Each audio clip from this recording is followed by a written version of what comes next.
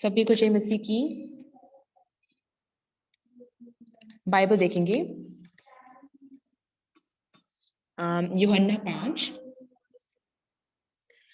5 1 से लेकर 8 तक।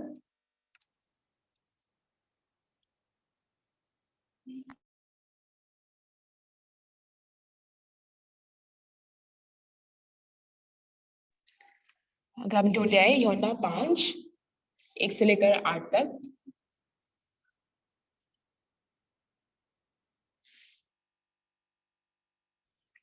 इन बातों के पश्चात यहूदियों का एक पर्व हुआ और यीशु यरूशलेम को गया।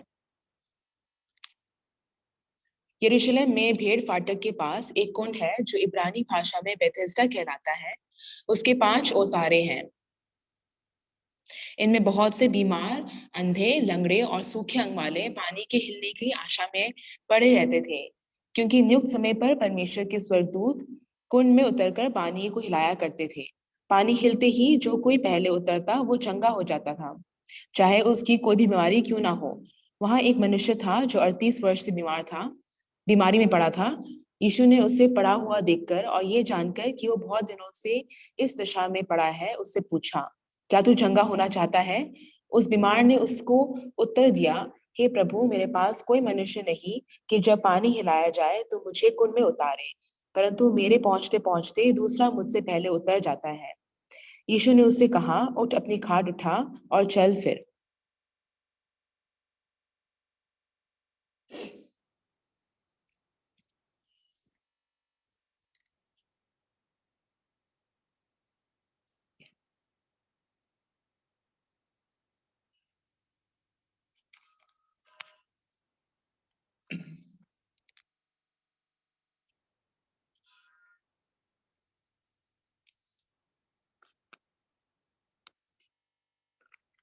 एक और वर्स पढ़ेंगे, 9 पढ़ेंगे। वो मनुष्य तुरंत चंगा हो गया और अपनी खाट उठाकर चलने फिरने लगा। वो सब्त दिन था। ये तो पढ़ेंगे। सभी को जय मसीह की।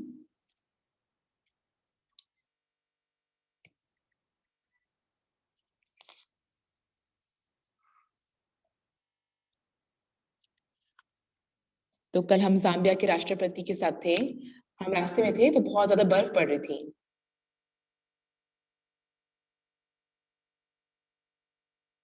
तो गांव का कुछ रास्ता था और बहुत ट्रैफिक था, तो बहुत मुश्किल था।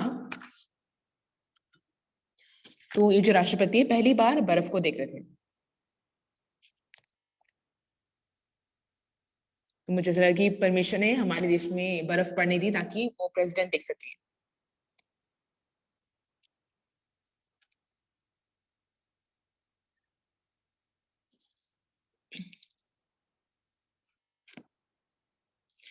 तो जो यूथ के मिनिस्टर थे उन्होंने मुझे पहली बार जाम्बिया के राष्ट्रपति से मिलाया था।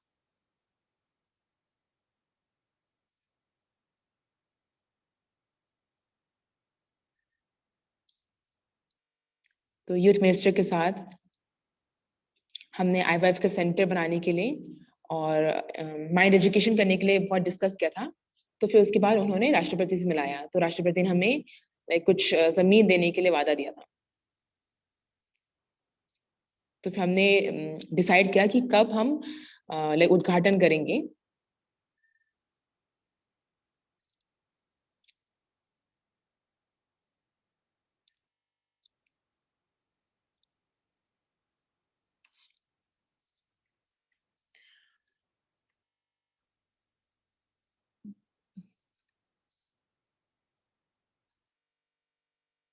तो तब जिस दिन उद्घाटन था उस दिन मैं आधे घंटे पहले ही निकल गया था।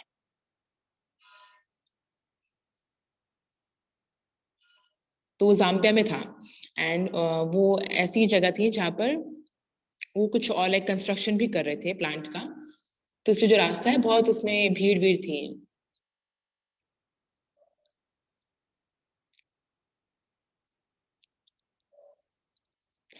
और फिर उन्होंने रास्ता बनाया था पूरे रात, लेकिन वो रास्ता थोड़ा गलत टाइप का बनाया था, तो इसलिए हम जब गाड़ी से गए तो हम रुक गए बीच में।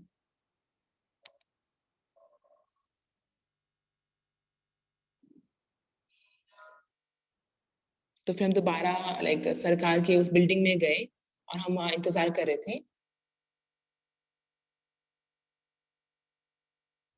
तो राष्ट्रपति भी शायद रास्ते में जा रहे होंगे उद्घाटन के लिए, तो रास्ता ब्लॉक हो गया तो वो भी वापस आ गए जहाँ पे जिस बिल्डिंग में हम थे, वो भी वहाँ पे आ गए। तो तब जाकर परमेश्वर ने हमें मौका दिया, थोड़ा समय दिया कि हम उन राष्ट्रपति से बात करें और संगति कर पाएँ।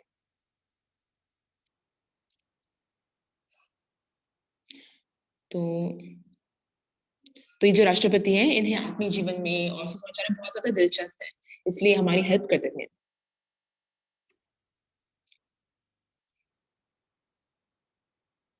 तो फिर 40 एकड़ का ज़मीन हमें मिला, वहाँ पे हमने अपना आईवीएफ का सेंटर बनाया।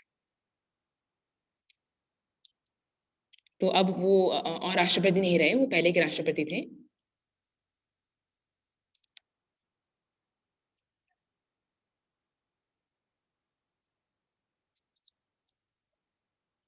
तो एक व्यक्ति है जो उनके घर को जानते हैं।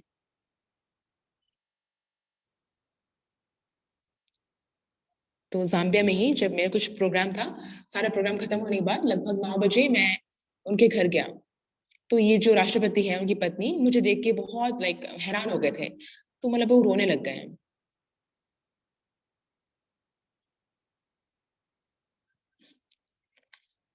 क्योंकि वो जिस घर में रहते हैं, वहाँ पे कोई भी नहीं था, सिर्फ़ सिक्योरिटी था और बस ये दोनों थे कपल।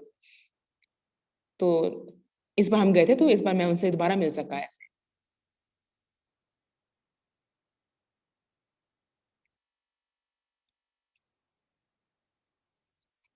तो मुझे ऐसा लगा कि ये थोड़े कमज़ोर हो गए हैं, तो इसलिए मैं चाहता कि ये कोरिया आएँ और फिर वहाँ पे इनका इलाज हो और हमें थोड़ा समय मिले संगति करने के लिए।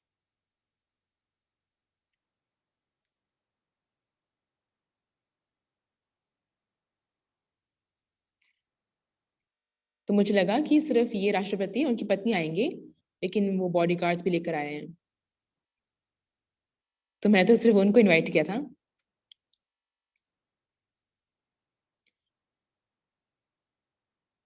अम, तो हमारे जो चर्च के भाई-बहन हैं, एल्डर्स थे और बहनें थी, उन्होंने बहुत कुछ तैयार किया इनके लिए। तो इसलिए ये जो राष्ट्रपति है, जो पहले थे, ये बहुत खुश हो गए। और फिर उसके बाद उन्होंने एक यूनिवर्सिटी में भी अपना लेक्चर दिया, लेकिन मुझे कंटारा जाना था। अ, इसलिए मैं ज़्यादा समय नहीं बिता सका उनके साथ, लेकिन मैं बहुत धन्यवादी था। तो मैं बहुत से राष्ट्रपतियों से मिला हूँ, तो सभी राष्ट्रपति जो उनका चरित्र होता है, हमेशा अलग-अलग होता है। तो फिर भी मैं बहुत खुश हूँ कि मैं राष्ट्रपतियों के साथ आत्मीय जीवन का एक कनेक्शन रख पाता हूँ। तो चाहे ये पहले के राष्ट्रपति थे, लेकिन ये फिर भी बहुत अपने देश में ताकतवर हैं। तो इसलिए जब ये हमारे साथ काम कर रहे हैं, तो इसमें मैं बहुत धन्यवादी हूँ।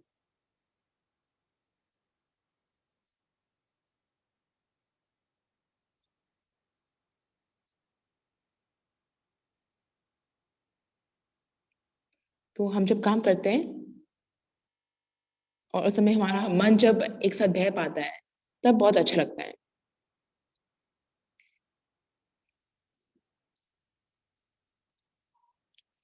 तो मान लीजिए चर्च जाकर अगर मैं यीशु से अनुग्रह पाता हूँ, तो बहुत अच्छी बात है। तो अमेरिका में एक बहन थी, जो कैंसर से मरने वाली थी। तो उनकी छोटी बहन ने मुझे फ़ोन किया और बोला कि ये मेरी बड़ी बहन है, ये इसकी हालत ऐसी है। इसलिए हमने परिवार में डिस्कस किया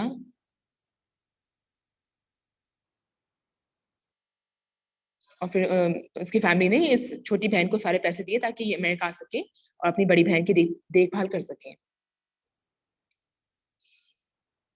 तो मैंने उनको समझाया कि कैंसर मरीज़ों का मन कैसा होता है और फिर उसके कुछ दिन बाद मुझे फ़ोन आया, तो ये कोरिया का फ़ोन नहीं था। मुझे उस दीदी से फ़ोन आया।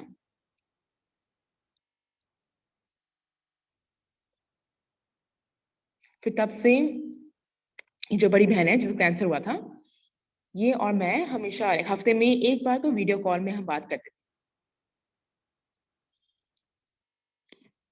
फिर एक दिन क्या हुआ, मैं जाके इनसे मिला, तो इनका जो चेहरा था बिल्कुल खराब हो गया था। तो मैंने बोला, क्या हो गया? उन्होंने बोला, मैं कुछ नहीं खा पाती आजकल। तो मैंने पूछा, क्यों? खाना नहीं है? हाँ, ऑफ कोर्स खाना है। तो खाना है तो क्यों नहीं खा पा रहे हैं?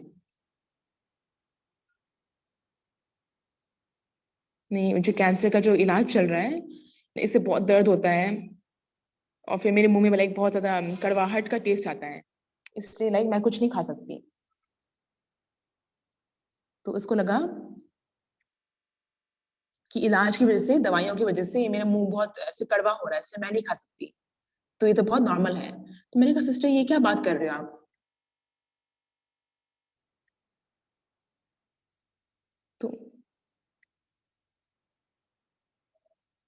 तो हमारे बॉडी में बहुत सारी दवाइयाँ हम डाल सकते हैं इलाज के लिए, लेकिन सबसे बेहतरीन इलाज क्या है, जो हमारे खुद का बॉडी कर सकता है खुद से, इम्यून सिस्टम जिसे कहते हैं। तो अगर आपका इम्यून सिस्टम कमजोर होगा तो आप किसी बीमारी पे नहीं जीत पाओगे। तो चाहे कड़वा लगे आपको, आप उसे फेंको मत, उसे आप खा लो। अगर कड़वा है तो आपको और खाना चाहिए। तो फिर उस बहन ने कहा, अच्छा पास्टर, ये तो सही बोल रहे हैं आप। तो फिर तब से उन्होंने क्या किया, हर जगह अपने घर में, हर जगह कोने कोने में बहुत सारे खाने के सामान वो रखने लगी। तो ऐसे खाते खाते खाते उसका बॉडी बहुत ज्यादा अच्छा हो गया। फिर यही बात मैंने एक भाई को बताई, लेकिन ये भाई सुन नहीं रहे थे, और वो अंत में ऐसे ही गुजर गए। कि उनके मन में क्या था कि पास्टर क्या जानते हैं, पास्टर ने इलाज किया है कभी खुद? इन्हें तो कभी कैंसर नहीं हुआ, तो कैसे बोल सकते हैं? तो ऐसा मन भी आपके पास आ सकता है। ऐसा मन भी हो सकता है, या तो फिर उस बहन की तरह मन भी हो सकता है। तो लेकिन जो भाई की तरह मन है, वो वाला मन लाइक हम सब में बहुत ज्यादा मुश्किलों को पैदा कर सकता है। तो इसलिए चाहे आप आत्मिक जीवन जी रहे हो, लेकिन आप किस मन के साथ आत्मिक जीवन जी रहे हो, इसमें बहुत ज्यादा अंतर है। हाँ, ये तो डॉक्टर नहीं है, पास्टर पहले खुद कैंसर का इलाज कराए, तब पता चलेगा उनको। उन्हें कुछ नहीं पता। तो मैंने पूरे मन से उस भाई को बोला कि प्लीज आप खाना खाओ। लेकिन फिर दोबारा उसकी पत्नी मुझे फोन करती, पास्टर ये दोबारा खाना फेंक रहा है, खाना फेंक रहा है। मैंने कहा, नहीं, उसको मत फेंकने दो, उसको जबरदस्ती खिलाओ। तो सभी लोगों के पास अपनी अपनी लाइक सोच होती है, अपने अपना आइडियाज होते हैं। लेकिन ये बहन जब ठीक हो गई थी, मुझे बहुत अच्छा लगा, मैं बहुत धन्यवादी हुआ। तो फिर इस बहन ने मेरी बातों को ग्रहण किया, और उसके बाद यीशु मसीह इसके लिए काम कर सका। तो इसलिए पास्टर होने के नाते ये सब देख के मैं बहुत खुश हो जाता हूँ, मैं बहुत धन्यवादी महसूस करता हूँ। लेकिन सबके पास अलग अलग सोच होती है। आपको क्या लगता है कि हमारे चर्च के सभी एल्डर्स के पास वही सेम सोच होगी? नहीं, एल्डर्स के बीच में भी सब लोग अलग अलग सोच रखते हैं, डीकन्स भी अलग अलग सोच रखते हैं। इसलिए हम सबके सोच को एक करना मुश्किल होता है। इसलिए हमें यीशु मसीह के मन को स्पष्ट रूप से जानना है, और जब हम उस मन से एक हो जाएंगे,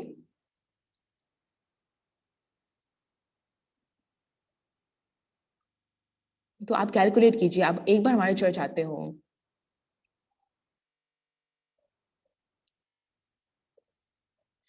तो चाहे यहाँ पे आने के लिए बहुत पैसे लगेंगे, लेकिन अगर यहाँ से आप उधार पा सकते हो, तो उस उसकी जो कीमत है बहुत ज्यादा है।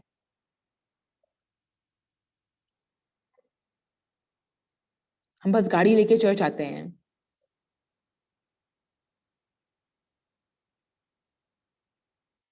तो मान लीजिए चर्च आने की जो कीमत है, वो आपके पैसों से ज्यादा कीमती होगी। तो क्या आप चर्च लेट आएंगे? क्या आप चर्च आने का मन लाइक जाने का मन नहीं कर रहा, ऐसे मन रखोगे? नहीं, आप लाइक उसकी कीमत को स्पष्ट रूप से नहीं जानते, इसलिए आप ऐसा मन रखते हैं। तो यहाँ पर भी बहुत सारे लोग उस कुंड के पास बैठे हुए थे और इन सब के पास भी अपने-अपने तरीके थे ठीक होने के लिए। लेकिन इन सब में से केवल एक ही व्यक्ति चंगा हो सका, जो कि 38 साल से बीमार था। तो ये कैसे ठीक हो सका? इसलिए ठीक हो सका क्योंकि इसका मन और यीशु मसीह के जो वचन थे वो एक हो सके। तो शुरुआत में इसका मन तो अलग था यीशु से, लेकिन बाइबल में हम यीशु मसीह के मन को देख सकते हैं, जैसा है वैसा देख सकते हैं। तो हमें प्रार्थना करनी है या कुछ हमें ये दान देना है, ये सब भी ज़रूरी है। लेकिन सबसे ज़रूरी क्या है कि यीशु के साथ मन एक करना है।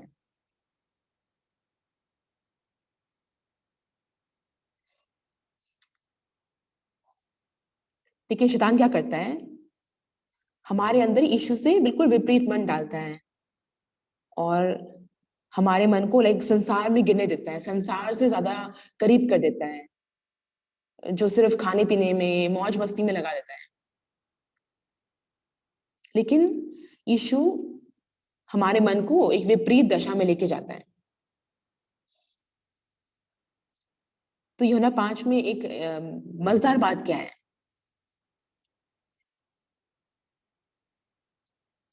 क्या लिखा है? यरूशलेम में भेड़ फाटक के पास एक कुंड है और वहाँ पर बहुत से बीमार बैठे हुए थे, पड़े रहते थे। तो वहाँ पर स्वर्गदूत आता था और कुंड के पानी को हिलाता था और फिर जो पहले जाता था वो लाइक चंगा हो जाता था। इसलिए सभी लोग उसका इंतज़ार करते थे।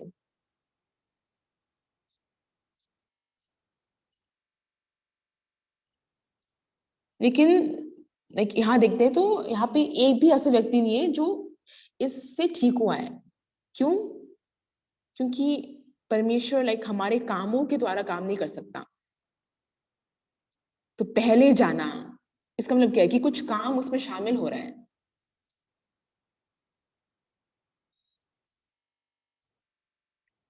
तो यहाँ पे भी लिखा है कि तू उठ अपनी खाट उठा और चल फिर, ये भी काम है, लेकिन इसमें विश्वास है।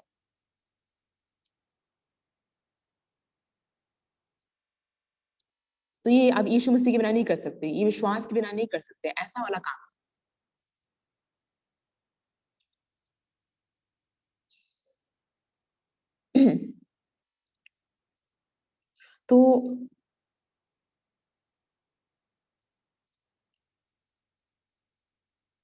तो हमें जो पसंद है, अभी तक हमें जिसमें दिलचस्प था, उसे फेंक कर अगर हम यीशु के मन के पीछे जाएँगे, तो हमारा मन यीशु से एक हो सकता है और फिर यीशु के अंदर जो ताकत है, शक्ति है, वो हमारे अंदर आ सकती है। तो अगर हम किसी मशीन को ऐसे वायर से कनेक्ट नहीं करेंगे, तार से कनेक्ट नहीं करेंगे, तो कभी वो मशीन नहीं चल पाएगी। तो चाहे बहुत सारे प्लग्स हैं, लेकिन हम तार से उनको नहीं जोड़ेंगे, तो कोई भी मशीन नहीं चलेगी।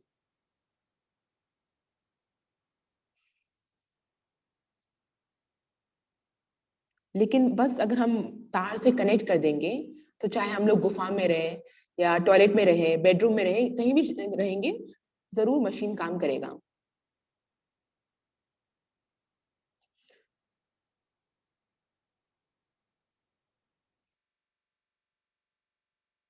तो विश्वास है जो यीशु के मन को हमारे मन के अंदर ला सकता है।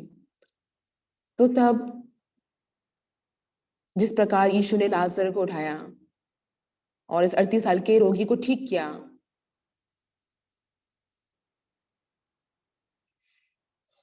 और जिस प्रकार बिजली से हम लोग टीवी देख सकते हैं, न्यूज़ देख सकते हैं,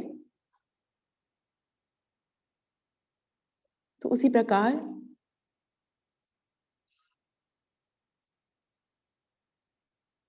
हम जब यीशु के मन को ग्रहण करते हैं, उसी प्रकार लाइक यीशु का जो शक्ति है, ताकत है, प्रकट होती है।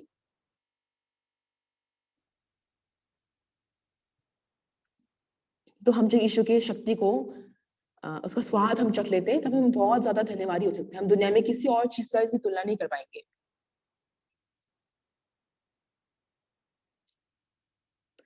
लेकिन शैतान पहले ही जानता है कि हम ऐसी चीज़ें कर सकते हैं, इसलिए हमें वो रोकता है और हमारे मनों को ऐसा करता है कि हम संसार की ओर चले जाएँ।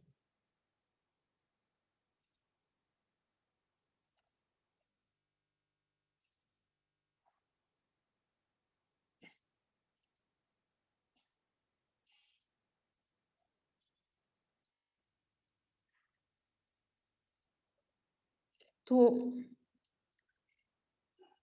तो अभी तक हम सिर्फ ज्ञान से यीशु मसीह को जानते हैं, यीशु मसीह के वचन को ज्ञान से जानते हैं, इसलिए हम लोग संसार की ओर चले जाते हैं।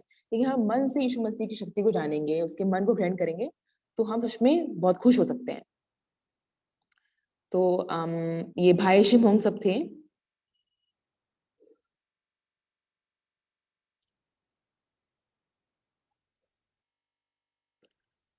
तो एक रात क्या हुआ था, हम जिंजू चर्च में कंटाटा करने गए थे, उसके बाद हम लोग रास्ते में हबचन चर्च में रह गए थे।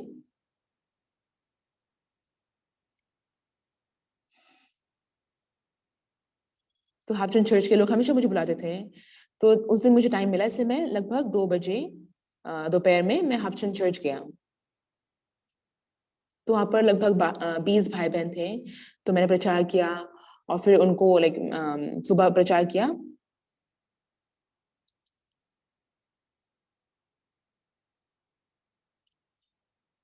मतलब सॉरी, मतलब कि मैं सो गया और फिर मैं सुबह निकलने वाला था, तो वहाँ पर एक सिस्टर आई। उन्होंने बोला कि मैं पिछले 20 साल से शादीशुदा हूँ। तो जब पहली बार मेरे पति के साथ शादी हुई थी, तब तो वो बिल्कुल ठीक थे, और मतलब बिल्कुल शराब नहीं पीते थे। लेकिन उसके बाद से वो बिल्कुल शुरू हो गए शराब पीना और मतलब पता चला कि बहुत ज़्यादा शराब के नशे में रहते हैं हमेशा। बहुत बड़े शराबी हैं।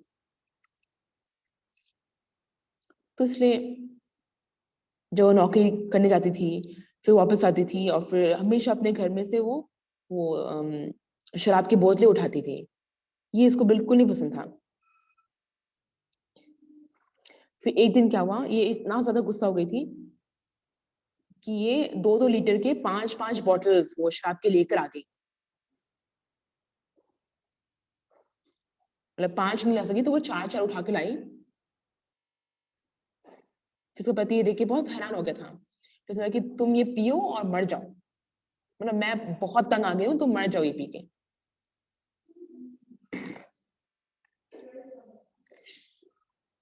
तो मतलब ये पति ऐसा था कि जब तक ये शराब नहीं पिएगा, तब तक ये कुछ नहीं खा पाएगा, कुछ नहीं पी पाएगा। तो इसलिए मैंने बोला कि ठीक है बहन, आप अपने पति को कल लेके आना। तो ऐसा था कि ये जो भाई है, सुबह उठता है तो ये 1 बॉटल पीता है। तो एक्चुअली आप जो शराब पीते हो, आप एक छोटे से ग्लास में पीते हो, लेकिन ये जो भाई था पूरा बॉटल पी लेता था ऐसे ही। और उसे बहुत बदबू आती थी ये शराब की। लेकिन मज़ेदार बात ये थी कि इन भाइयों ने उधार पा रखा था। तो बाइबल में इब्रानियों 10 का 14 है कि उसने एक ही चढ़ावे के द्वारा उन्हें जो पवित्र किए जाते हैं सर्वदा के लिए सिद्ध कर दिया है। तो यहाँ पे यीशु मसीह के बारे में लिखा है कि यीशु मसीह ने अपना एक बलिदान दिया और उस एक बलिदान से हमको हमेशा के लिए सिद्ध कर दिया है। तो मैंने उन भाई से कहा, ठीक है भाई, आप सिद्ध हो, परफेक्ट हो? नहीं, मैं तो क्या कहते हैं, हमेशा शराब पीता हूँ। मैं अपने आप को सिद्ध नहीं कर सकता। तो इसलिए भाई ने बोला कि नहीं, मैं सिद्ध नहीं हूँ।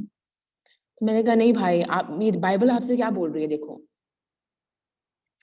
कि एक ही चढ़ावे से उसने उन्हें जो पवित्र किए जाते हैं सर्वदा के लिए सिद्ध कर दिया है। तो भाई ने बोला हाँ हाँ, ये तो सही है। मैंने कहा ठीक है, फिर तुम सिद्ध हो? तो यहाँ पे क्या लिखा है, सर्वदा के लिए सिद्ध हो, मतलब कि अभी भी सिद्ध ही हो इसका मतलब। तो क्या ईश्वर ने तुम्हें सिद्ध नहीं किया? क्या लिखा है? लिखा है ना कि ईश्वर ने तुम्हें सिद्ध कर दिया है। तो उसने एक ही चढ़ावे, उसने मतलब कि यीशु मसीह ने एक ही चढ़ावे के द्वारा हमें सिद्ध कर दिया है। तो ये बाइबल कह रही है। तो भाई ने बोला हाँ, बाइबल तो ऐसे कह रही है। तो क्या वचन सही है या तुम्हारी सोच सही है? हाँ हाँ, वचन सही है। तो फिर तुम सिद्ध हो, है ना? नहीं, नहीं, यहाँ पे लिखा है तुम सर्वदा के लिए सिद्ध हो, लिखा है ना।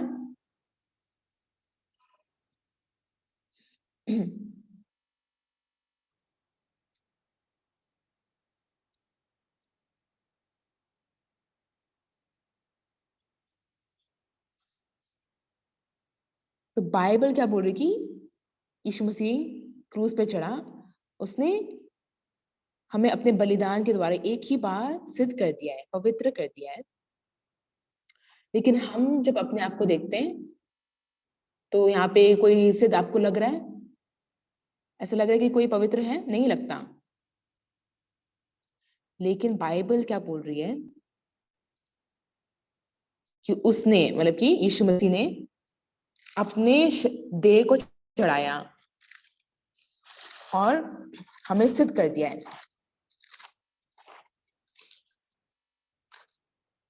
और फिर हम जब इब्रानियों 9 का 11 देखते हैं तो वहां क्या लिखा है कि परंतु जब मसीह आने वाली अच्छी अच्छी वस्तुओं का महायाजक होकर आया तो उसने और भी बड़े और सिद्ध तंबू से होकर, जो हाथ का बनाया हुआ नहीं अर्थात इस सृष्टि का नहीं। तो यहाँ पे तंबू लिखा है। तंबू मतलब कि एक मंदिर।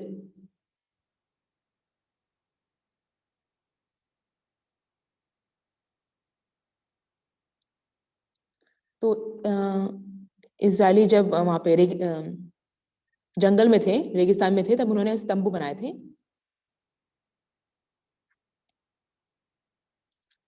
तो जो भी तंबू है या फिर जो भी मंदिर है वो इंसान के हाथों से बनाया है। लेकिन एक मंदिर है जिसको इंसान के हाथों ने नहीं बनाया है, वो कहाँ है? वो स्वर्ग में है। तो हमने उस स्वर्गीय मंदिर को बनाने के लिए कोई भी दान नहीं दिया, ऑफरिंग नहीं दिया। इस दुनिया में तो हम क्या कहते हैं, पैसे से ये ईंट खरीदते हैं, सामान खरीदते हैं, फिर हम मंदिर बनाते हैं, तंबू बनाते हैं। लेकिन जो स्वर्गीय तंबू है वो ऐसा नहीं है, क्योंकि वो मनुष्य के हाथों से नहीं बनाया है। तो ये ऐसा क्यों है? क्योंकि इस दुनिया में जो तंबू है वो उसमें लाइक समय का लिमिट होता है, समय से बंधा हुआ है। तो पूरी दुनिया ही समय से बंधी हुई है, हमेशा समय की सीमा होती है। इसलिए वो जो मंदिर है, तंबू है, उसमें भी समय होगा। लेकिन जो स्वर्ग है वो समय से नहीं बंधा है। स्वर्ग में कोई भूतकाल या कोई भविष्य नहीं है।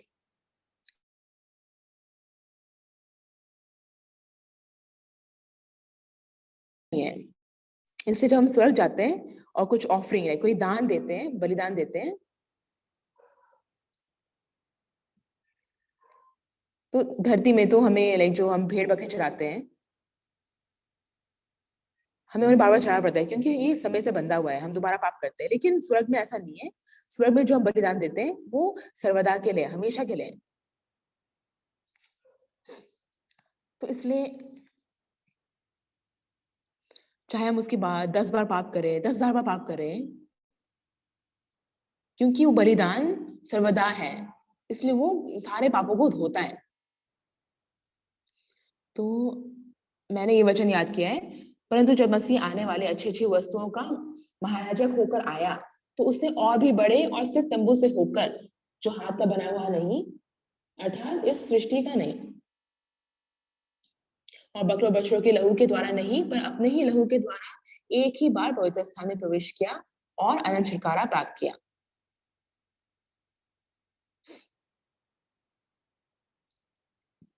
तो हम जब पुराने नियम में देखते हैं, वहां पाप कर ही लोग दोबारा दोबारा लाइक हमेशा बलिदान चढ़ाते थे। लेकिन जो स्वर्गीय तंबू है वहां पर हमारे पाप हमेशा के लिए धुल गए हैं। तो लोग हैं जो इस बारे में नहीं जानते, इसलिए वो क्या बोलते हैं कि हाँ चाहे यीशु मुझसे मर गया लेकिन मैं दोबारा पाप किया, इसलिए मैं दोबारा पापी बन गया। तो आपने भी कभी ऐसे सोचा था? आप हाथ खड़ा कीजिए। हम सबने भी ऐसे सोचा था, है ना? लेकिन बाइबल हमें सर्वदा के लिए जो अनंत काल का छुटकारा है उसके बारे में बताती है, जो एक बार हो चुका है, इसलिए हम दोबारा पापी नहीं बन सकते। तो ये सच है, ये असलियत है। तो क्या आप विश्वास करते हो कि ये सच है? जो विश्वास करते हैं हाथ खड़ा कीजिए। लेकिन क्या आपने शुरुआत से विश्वास किया था? नहीं, आपने जब वचन सुना तब आपने विश्वास किया, सही है? तो जरूरी चीज क्या है? इस बेथेस्दा के कुंड में भी बहुत सारे बीमार थे, लेकिन उन्होंने विश्वास नहीं किया परमेश्वर पे, उन्होंने अपने खुद के तरीकों को रखा। तो जब स्वर्गदूत आता, हाँ वो पानी छुएगा, मैं कूदूंगा फर्स्ट। लेकिन वो स्वर्ग लाइक जो स्वर्गदूत है वो सही नहीं है, वो एक भ्रष्ट स्वर्गदूत है। क्योंकि परमेश्वर आपको कभी भी, आप पहले जा रहे हो कि नहीं, आपके कामों से उधार नहीं देगा। तो ये जो स्वर्गदूत है ये परमेश्वर काम नहीं कर रहा है। जब आप विश्वास से वचन को ग्रहण करोगे तभी काम हो पाएगा। आपके कामों से नहीं है, आपके कर्मों से नहीं है, विश्वास से। लेकिन आज बहुत सारे लोग, क्योंकि हमेशा अपना जीवन लाइक कामों से जीते हैं।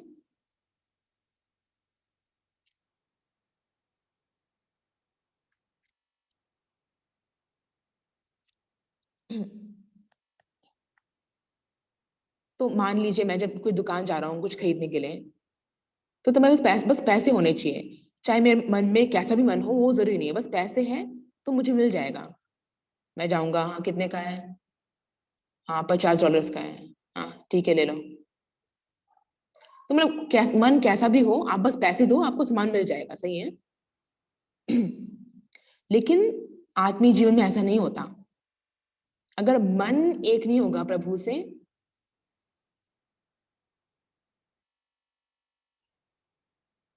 तो काम नहीं हो पाएगा। तो यहाँ पे यीशु कह रहा है कि तू उठ, अपनी खाट उठा और चल।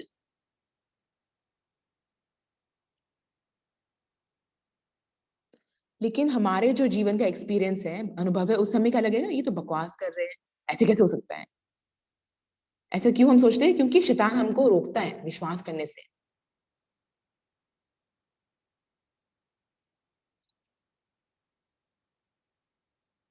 शैतान हमें ऐसी दुनिया में डालता है जहाँ पे हम कुछ कष्ट करें, कुछ मेहनत करें, या कुछ काम करें।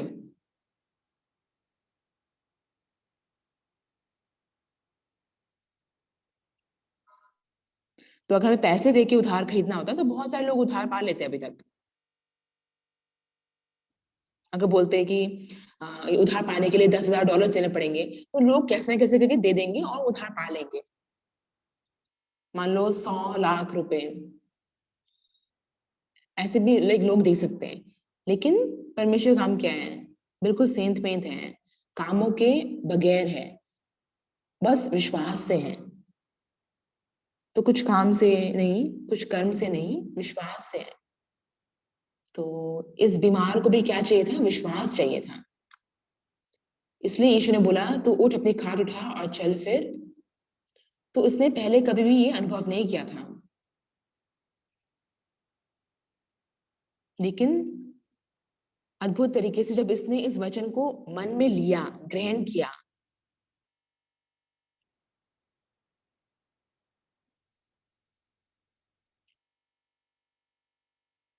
अगर ये सोचता कि मैंने बहुत बार कोशिश की, मेरे टांग तो सूख गए हैं, नहीं हो सकता, ऐसे भी वो सोच सकता था।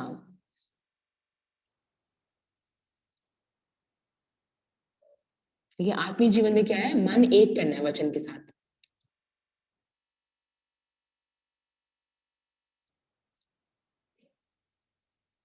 तो हमारी जो भी सोच है वो शैतान से है। इसलिए हमारी सोच और आत्मिक जीवन हमेशा अलग अलग होते हैं।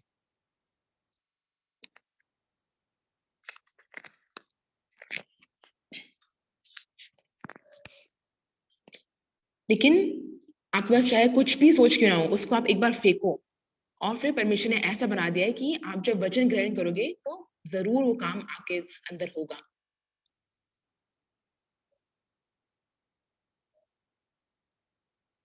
लेकिन लोगों को इसमें इंटरेस्ट नहीं है। क्यों? क्योंकि वो अभी के अभी नरक नहीं जाने वाले, इसलिए उनको कोई दिलचस्प नहीं है।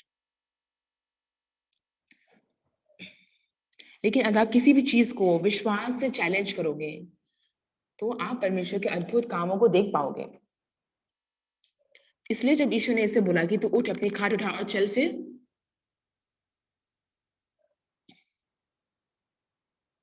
तो उसके मन में भी ऐसा आया होगा, मैं तो नहीं चल सकता, मैं कैसे चल सकता हूँ?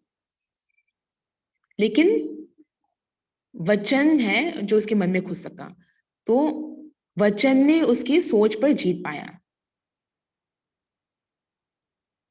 तो आप सोचते होंगे, हाँ, आज मेरे सिर में दर्द हो रहा है, तो मुझे चर्च जाने का मन नहीं कर रहा। मैं टीवी देख लेता हूँ उससे अच्छा। पास्टर पाक चिल्लाते रहते हैं बस। तो आपके पास भी ऐसी सोच आ सकती है, सबके पास आती है। लेकिन हम जब वचन को ग्रहण करते हैं, तो आपने कितनी बार वचन सुना है? कितनी बार आपने बाइबल पढ़ा है? लेकिन फिर भी क्यों परमेश्वर काम नहीं हो पाता आपके लिए? क्योंकि हमारा मन है जो उस वचन को काम करने से रोकता है।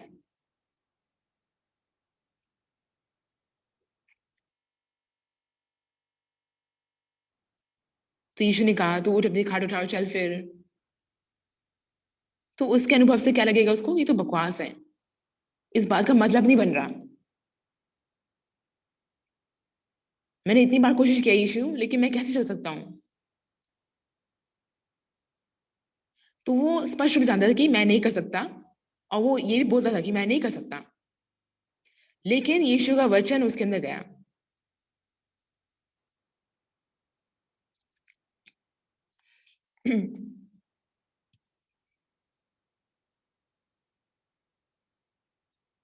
तो तब जाके काम हो सका है। इसलिए आपके मन में भी जब वचन घुसेगा, तो वो वचन आपकी सोच पे जीत सकेगा, आपके खुद के ज्ञान पे जीत सकेगा, और फिर आप परमेश्वर काम देख पाओगे।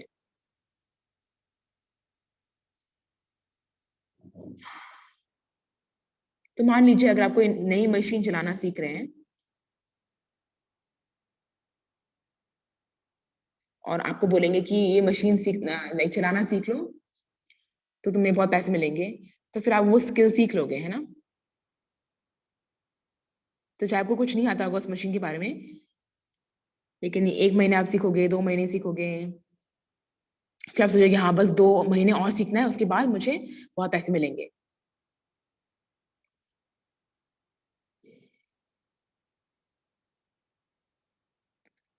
लेकिन शैतान क्या करता है? आपके मन से सारा विश्वास एकदम से हटा देता है। हाँ, मुझसे ये विश्वास नहीं हो पाएगा, ये मैं नहीं कर सकता। तो लाइक शैतान हमें लाइक आगे बढ़ने से रोकता है। तो कुछ लोग हैं जो बाइबल से एक चीज़ पहचान लेते हैं।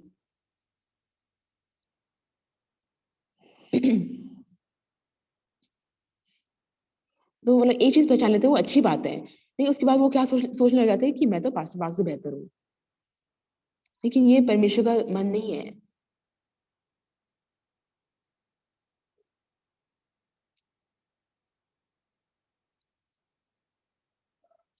तो क्यों आपको लाइक दूसरों के साथ अपने आप का तुलना करनी है?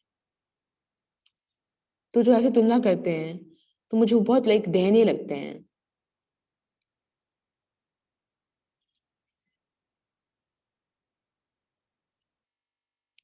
तो अगर वो इस सोच ग्रहण करेंगे, मैं बेहतर हूँ, मैं सबसे अच्छा हूँ, तो उनका लाइफ पूरा खराब हो जाएगा। उनके जो चर्च वो चला रहे हैं, वो भी खराब हो जाएगा।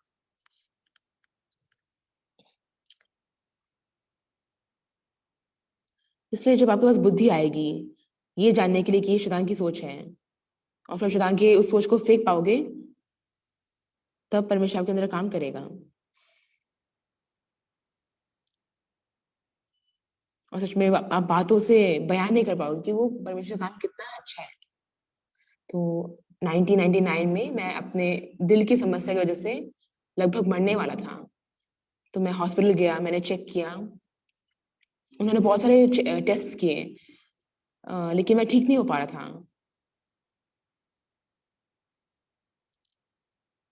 तो एक बार मुझे डॉक्टर से फ़ोन आया जो 80 साल से ज़्यादा के थे। वो तो पहले से ही लाइक रिटायर हो चुके थे। तो वो ऐसे थे कि हॉस्पिटल में काम करते थे। और फिर वो लाइक बहुत लाइक ख़ास-ख़ास पेशेंट्स की देखभाल करते थे। तो इसलिए वो और मैं हम दोनों लाइक सुबह से लेकर शाम तक हमने बहुत सारे टेस्ट किए मेरे दिल के लिए। लेकिन अंत में उन्होंने क्या बोला, मैं माफ़ी चाहता हूँ लेकिन अब हम लाइक आपके दिल को ठीक नहीं कर सकते। तो मैं बस ऐसे ही चला गया। तो मुझे पता लगा कि मैं मरने वाला हूँ। तो 1999 की बात है ये। तो सच में तब मेरे शरीर की कंडीशन हालत बहुत ख़राब थी। लेकिन मैंने बाइबल पढ़ा। वहाँ क्या लिखा था कि जो कुछ तुम प्रार्थना में माँगो, विश्वास करो कि तुम्हें मिल गया है और तुम्हारे लिए हो जाएगा। तो तब हम लाइक हम कोरिया में हमारा कोई रिट्रीट चल रहा था।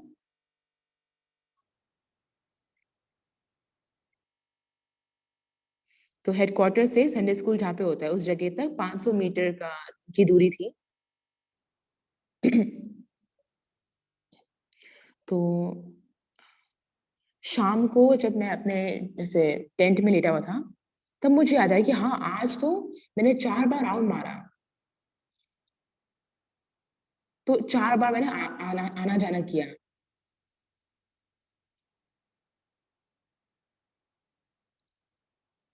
तो मतलब मैं बहुत शॉक हो गया। तो मुझे पता लगा कि परमेश्वर ने मुझे पहले ही ठीक कर दिया है। मैंने विश्वास किया कि मैं ठीक हो गया हूँ। और फिर रिट्रीट के बाद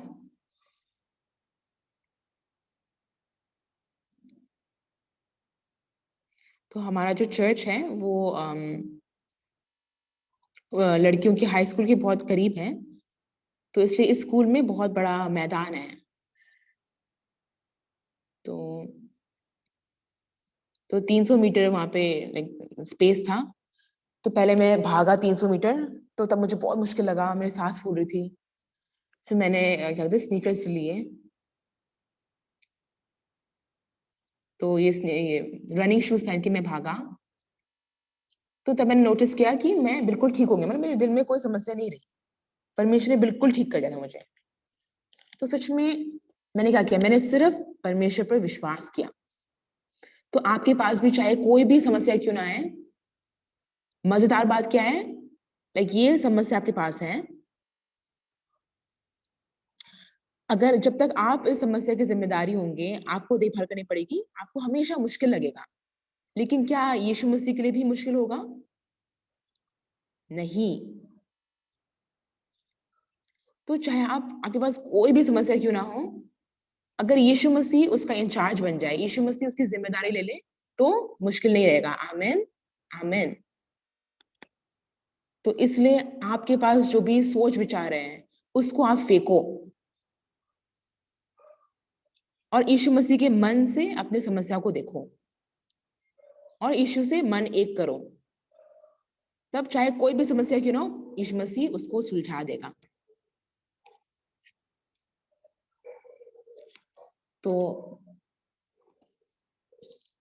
तो मैंने उधार पाया। तो ना केवल पापों से उधार पाया, लेकिन मैंने बहुत सारी समस्याओं से मैंने उधार पाया यीशु मसीह के द्वारा।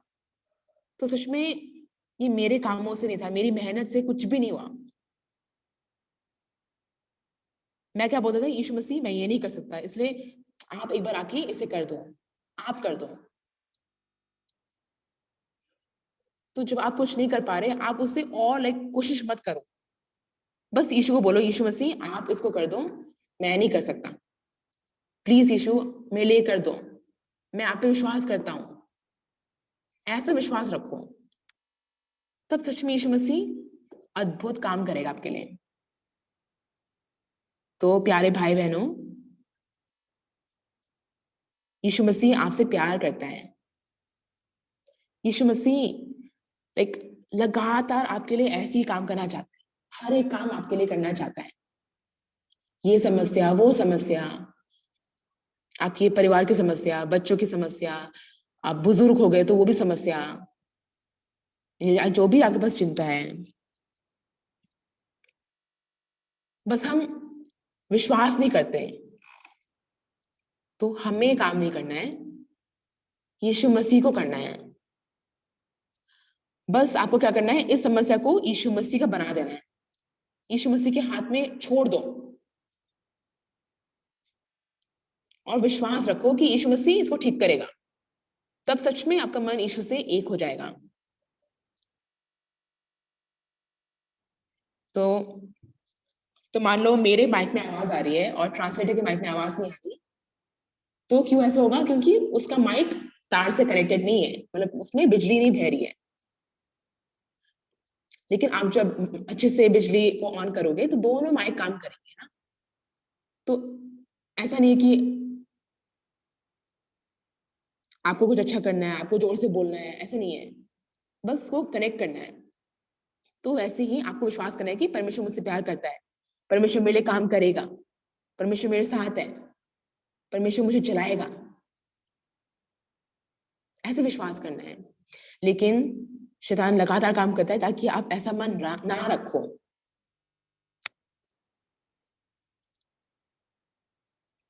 तो आपको बहुत सारे सोच देता है, आपको बहुत ज्यादा लाइक वो कंफ्यूज कर देता है।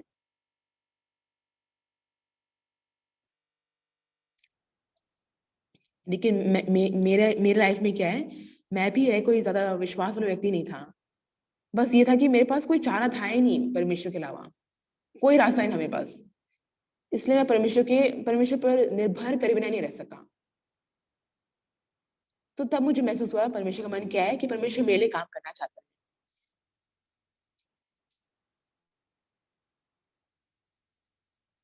परमेश्वर क्या चाहता है कि तुम मुझसे एक बार डिस्कस करो, मुझसे बात करो। मैं तुम्हारे लिए करूंगा, मैं तुम्हारा पिता हूं, मैं करूंगा। तो जो 38 साल का रोगी था, जो पहली बार यीशु मसीह से मिला और जब उसने यीशु से वचन सुना कि तू उठ, अपनी खाट उठा और चल फिर, तो पहले उसे लगा कि ये तो बकवास है, मैं कैसे चल सकता हूँ, कौन है ये, नहीं मैं नहीं कर सकता। अगर मैं कर पाता तो मैं अभी तक चल चल लेता। अब नहीं, ये बकवास मत करो, बस मुझे थोड़ा पैसे देके चले जाओ। तो मतलब इसके मन में भी ऐसी सोच आई होगी। लेकिन इसने वचन को सुना। क्या तू ठीक होना चाहता है? मतलब उस पे उसने क्या बोला कि जब पानी हिलता है तो कोई नहीं होता जो मुझे डाल सके। फिर यीशु ने क्या बोला, तू उठ, अपनी खाट उठा और चल।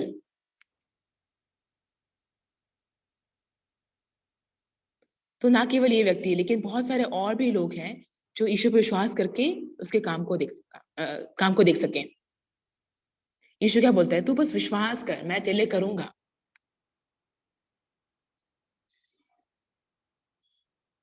लेकिन हम लाइक बोझ उठाना नहीं चाहते, इसलिए हम लोग छिप जाते हैं। लेकिन अगर आप मन तोड़ दोगे, तो तब चाहे आपको वचन बकवास भी क्यों ना लगे, आप अपनी सोच को फेंको और विश्वास से आगे बढ़ो। तो सच में परमेश्वर बहुत अद्भुत तरीके से आपके लिए काम करेगा। तो आप एक बार इसका अनुभव करो, दो बार अनुभव करो, तीसरी बार करो। तो तब जाके आपके पास इतनी सारी बातें होंगी जो आप रात भर बता सकोगे यीशु मसीह के बारे में। तो आप यीशु मसीह को एक्सपीरियंस करो। मैं सच में चाहता हूँ कि आप यीशु मसीह का अनुभव करो। और वो यीशु सच में चाहता है कि आप लोग यीशु पे विश्वास करो।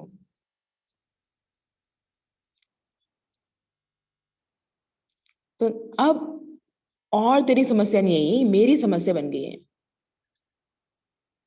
मैं तेरे लिए अच्छे से बिल्कुल परफेक्टली इसको सुलझा सकता हूँ। तो तेरे अभी की मुश्किलें, आगे की मुश्किलें, पारिवारिक मुश्किलें, लेकिन लोग विश्वास नहीं करते कि यीशु मसीह काम करेगा, इसलिए वो लोग खुद से मेहनत करते रहते हैं। तो बहुत सारे लोग हैं जो विश्वास से कदम आगे नहीं बढ़ा पाते हैं। लेकिन प्यारे भाई बहनों, हमारा जो परमेश्वर है वो सर्वशक्तिमान परमेश्वर है।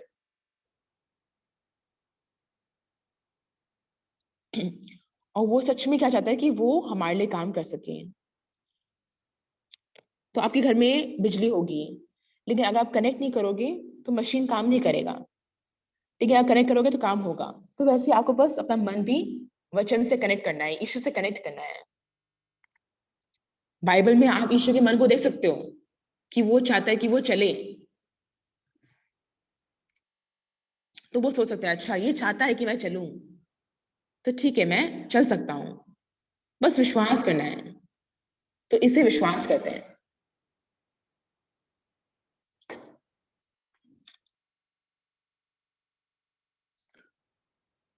तो ये जो विश्वास है आपके जीवन के सभी समस्याओं पर जीतेगा।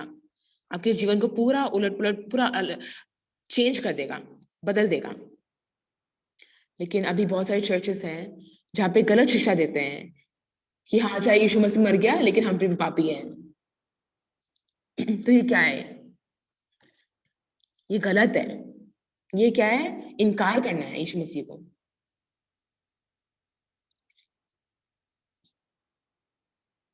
इसलिए बहुत सारे लोग धोखा खा लेते हैं और वो ऐसे ही लाइक मर जाते हैं, ऐसे ही वो बर्बाद हो जाते हैं। तो ये सच में अनंत जीवन के बारे में विषय है। लेकिन तभी बहुत लोग इस अनंत जीवन में इंटरेस्ट नहीं रखते हैं। हाँ मैं तो अभी नहीं मरने वाला, मैं आज थोड़ी मरने वाला हूँ। तो वो इंटरेस्ट नहीं रखते, इसलिए वो लोग संसार में इंटरेस्ट रखते हैं। अगर वो सच में उनको पता होता है कि मैं मरने वाला हूँ, तो वो सच में आत्मिक जीवन में इंटरेस्ट रखते हैं। तो क्या आप ईश्वर पे विश्वास करते हो? तो सच में उसके वचनों को आप तुच्छ मत मानो। प्लीज उसको आप ग्रहण करो। तब आप मसीह के साथ एक मन कर सकोगे। तब जाके यीशु आपके द्वारा जरूर प्रकट होगा। और यीशु क्या चाहता है कि आपके सारी समस्या को सुलझा सके, आपके जीवन की अगुवाई दे सके। तो ये सच में अद्भुत है।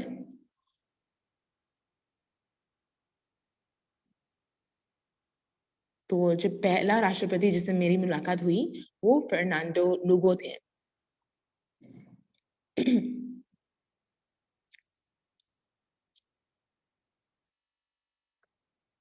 तो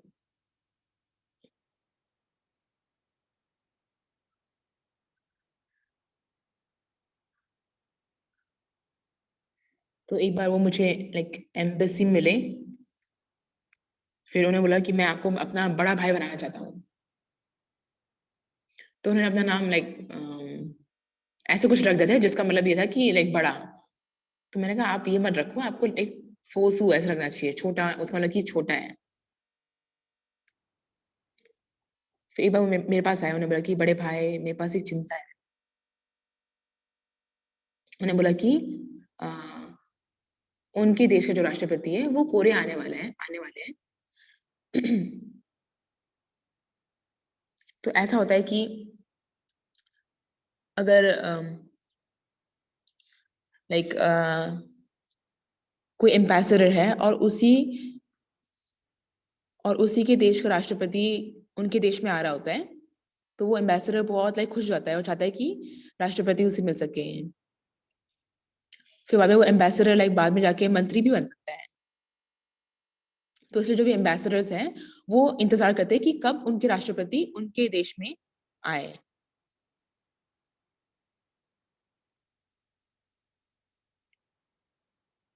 अम,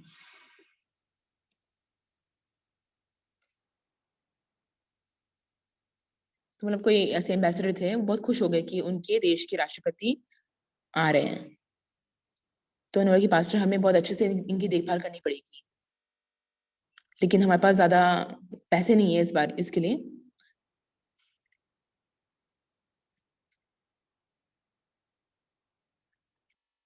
तो उन्होंने मुझसे पूछा लाइक हमारे प्रेसिडेंट को गाने बहुत पसंद है, तो क्या आपका क्वायर हमारे लिए गाना गा सकता है?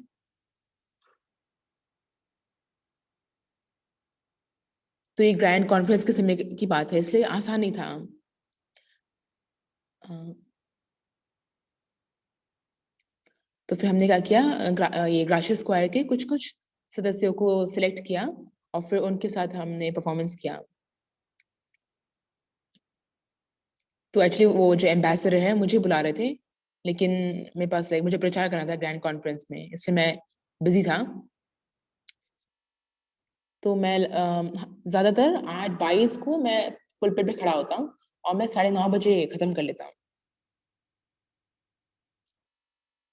लेकिन ये जो प्रोग्राम है एम्बेसडर का जो था, ये 7 बजे शुरू हुआ था, इसलिए मैं चला गया।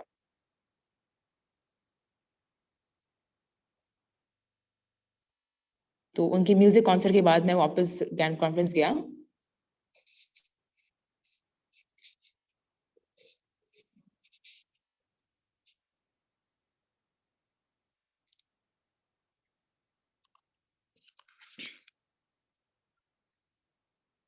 तो जब मैं इनके प्रोग्राम में पहुँचा, उस एम्बेसडर ने मुझे बोला कि आप 9वें फ्लोर में आ जाइए। तो वहाँ पर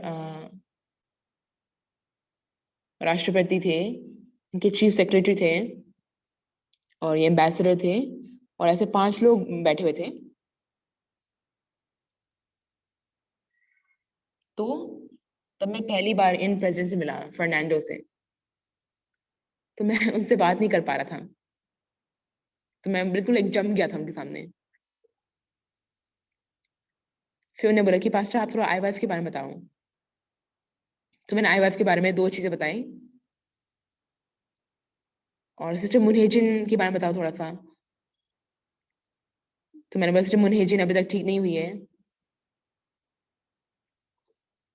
तो ऐसे समय खत्म हो गया था और फिर मैं वापस गया। लेकिन जाने से पहले मैंने उन राष्ट्रपति को वो जो बॉर्न अगेन किताब है मैंने वो दी और फिर ऐसे करके हमने बाय बोला।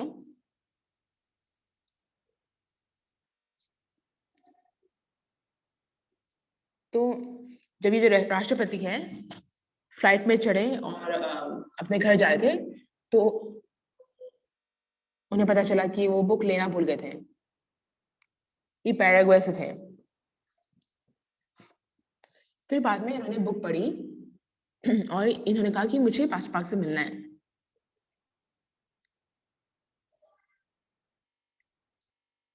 तो इसलिए उन्होंने कहा कि अगले साल आप फरवरी में हमारे देश आना। तो मैं गया। तो क्योंकि मैं लाइक राष्ट्रपति से मिला था इसलिए एयरपोर्ट में भी मेरे साथ बिल्कुल अलग-अलग बर्ताव हुआ।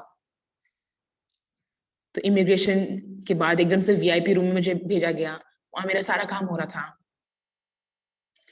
और फिर जहाँ भी मैं गाड़ी से जा रहा था, वहाँ पे हर जगह पुलिस मेरे इंतज़ार कर रहे थे। तो तो मैंने चीफ सेक्रेटरी से पूछा कि मुझे कितना समय मिलेगा इनके साथ, राष्ट्रपति के साथ? तो जानना बहुत ज़रूरी है। इसलिए उन्होंने कहा कि 40 मिनट। तो इसलिए पूरी रात मैंने कैलकुलेट किया कि 40 मिनट हम कैसे बिताएँ। तो ठीक है, अगर क्वायर 2 या 3 गाने गाएँगी, तो लगभग 10 मिनट लग जाएँगे। तो नमस्ते बोलने में 5 मिनट लग जाएँगे। तो इसलिए मैंने सबको क्या बोला, बिल्कुल भी मेरे समय को आप लोग खर्च मत करना।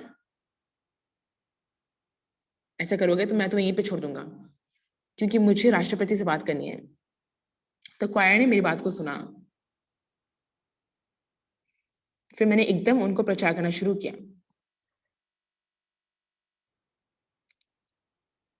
तो सच में मैं किसी भी चीज़ पर घमंड नहीं कर सकता। क्या ही है, सिर्फ़ यीशु मसीह के बारे में बोलूँगा। तो इसलिए मैंने यीशु मसीह के बारे में घमंड किया। तो उस दिन ये जो राष्ट्रपति हैं, इन्होंने उद्धार पा लिया।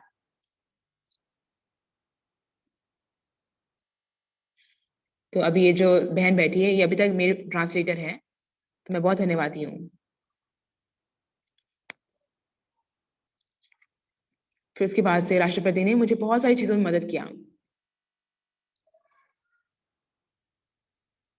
और इन्होंने भी ये वो टोबियल करके जो दवाई हमारे चर्च में बनाई है, उन्होंने खाया, तो बहुत हेल्दी हो गए। तो मैं बहुत बार देख पाया कि परमेश्वर हमारे अंदर काम करता है। तो मैं आप लोग को एक चीज़ बोलना चाहूँगा, परमेश्वर आप सबके अंदर भी काम करना चाहता है। परमेश्वर आपके साथ काम करना चाहता है, आपके साथ मन एक करना चाहता है। तो जब यीशु ने बोला इसको कि तू उठ अपनी खाट उठा चल, तो चलने के लिए इसको पहले मन एक करना पड़ेगा। अगर मन एक नहीं करेगा तो प्रॉब्लम होगी। लेकिन बहुत सिंपल है, इसको बस मन एक करना था, उसके बाद से काम हो जाता। तो मेरे जीवन में भी परमेश्वर ने बहुत बार काम किया। तो आप यहाँ जो बैठे हो, आप सबके अंदर भी परमेश्वर काम करना चाहता है।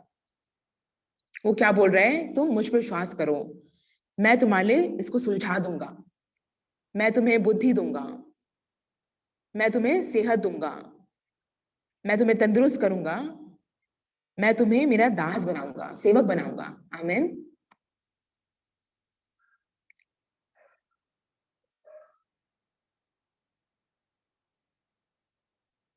आप सोचिए और मन एक करिए, तो आप इस ज़माने के छोटे यीशु मसीह बन सकते हैं। तो परमेश्वर आपको 10,000 चीज़ों में मदद करेगा। तो सच में आप ऐसा अनुग्रह पा सकते हो, बिल्कुल सेंत में फ्रीली पा सकते हो, ये बहुत अद्भुत बात है। आपको इसके लिए पैसे देने की ज़रूरत नहीं है। इसलिए मैं सच में आशा करता हूँ कि ये अनुग्रह आप सब पर बन सके। बहुत धन्यवाद।